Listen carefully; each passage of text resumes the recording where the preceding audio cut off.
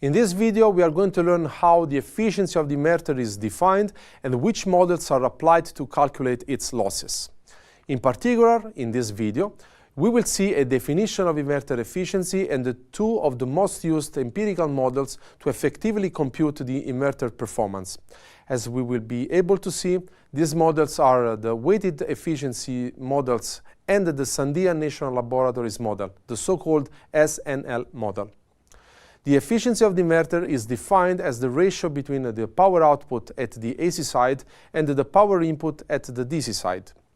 This definition comprises the complete inverter unit. Since the real inverter has many components and due to the lack of detailed data from inverters manufacturers, some models have been developed to describe the efficiency. These models are based on empirical formulas.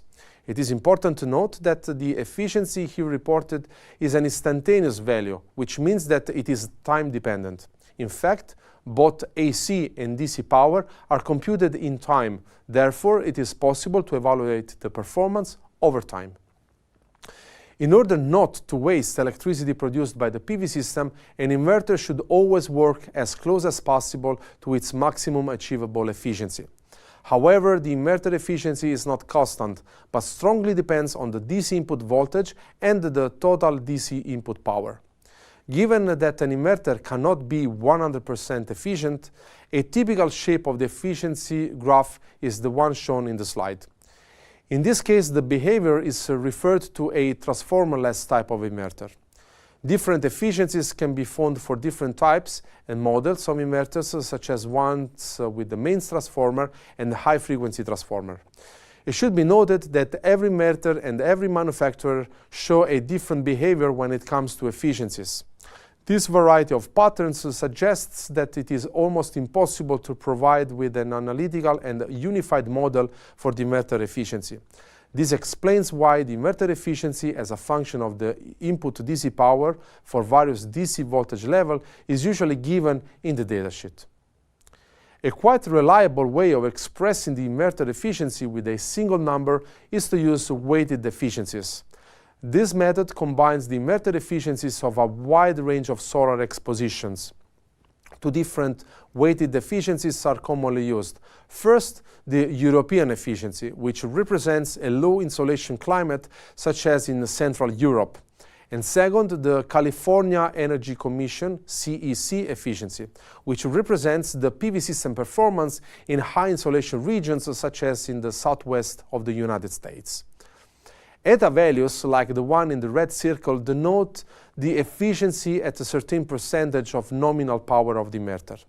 Even if weighted efficiencies are a more accurate approximation of the effective performance of the inverter compared to the peak efficiency, it is still only an average value. It is if a better estimate of the real-time power output of a PV system is needed, a more accurate representation of the instantaneous inverter performance at every level of input power and voltage must be developed. Due to the lack of detailed data from inverter manufacturers, many research institutes around the world have published extended data which are publicly available and online. These data present efficiency curves for a large range of inverters as a function of several characteristic parameters. One useful database is the one provided by Sandia National Laboratories. The SNL model takes into account different types of losses, which include the losses linked to the self-consumption of the inverter, the losses related to all semiconductor devices composing the inverter, the switching losses that arise in the pulse width modulation bridge part of the inverter, and the ohmic losses given by the current flowing in the internal circuitry of the converter device. To show an inverter efficiency curve, some experimental data need to be retrieved. In the following case, field test measurements were taken during a period of 13 days with changing weather conditions. The relationship between the AC and the DC power appears to be almost linear, even though we will see that this is not entirely the case.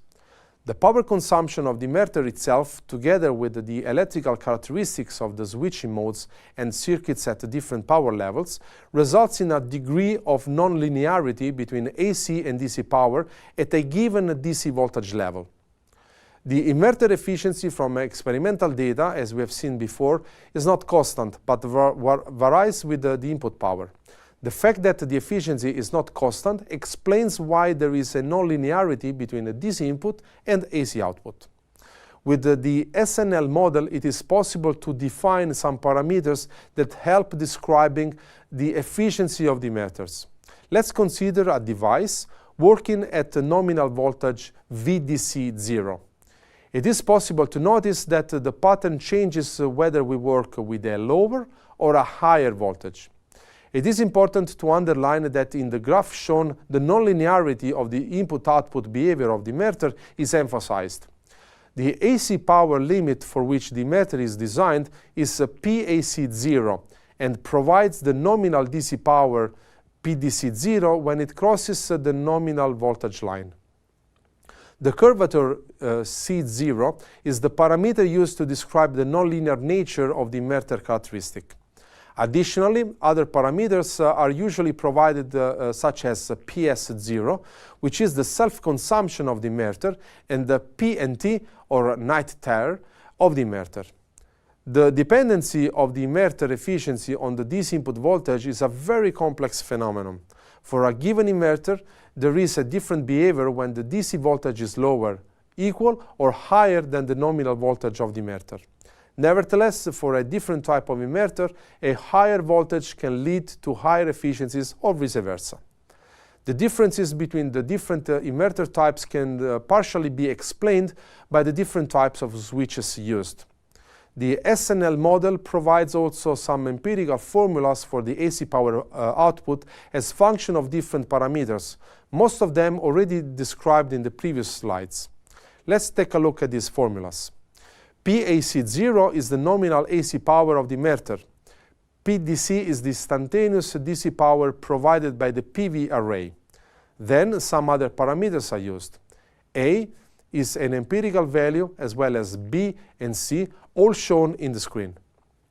In these three parameters, we can find some coefficients already seen before, such as PDC0, which is the nominal DC power input, PS0, which is the night or self-consumption of the inverter, VDC, which is the PV array side voltage, and the VDC0, which is the nominal DC voltage value. The last parameters are always provided by the manufacturers of the inverter. These are C0, which, as we saw before, takes into account the curvature of the characteristic, C1, C2, and the C3 that are purely empirical parameters.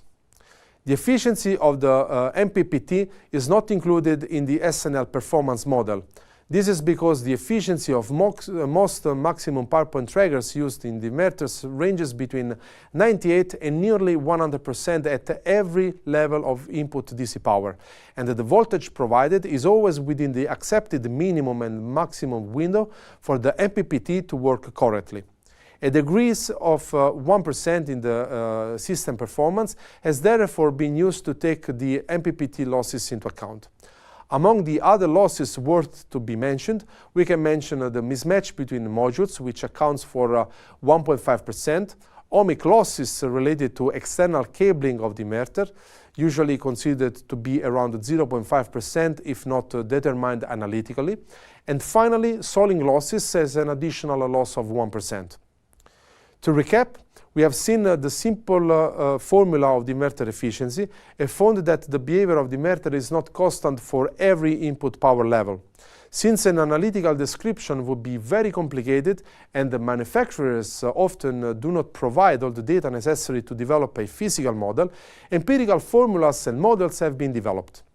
Among them, it is worth mentioning the Euro and the CEC weighted efficiencies that consider the behavior for different solar expositions.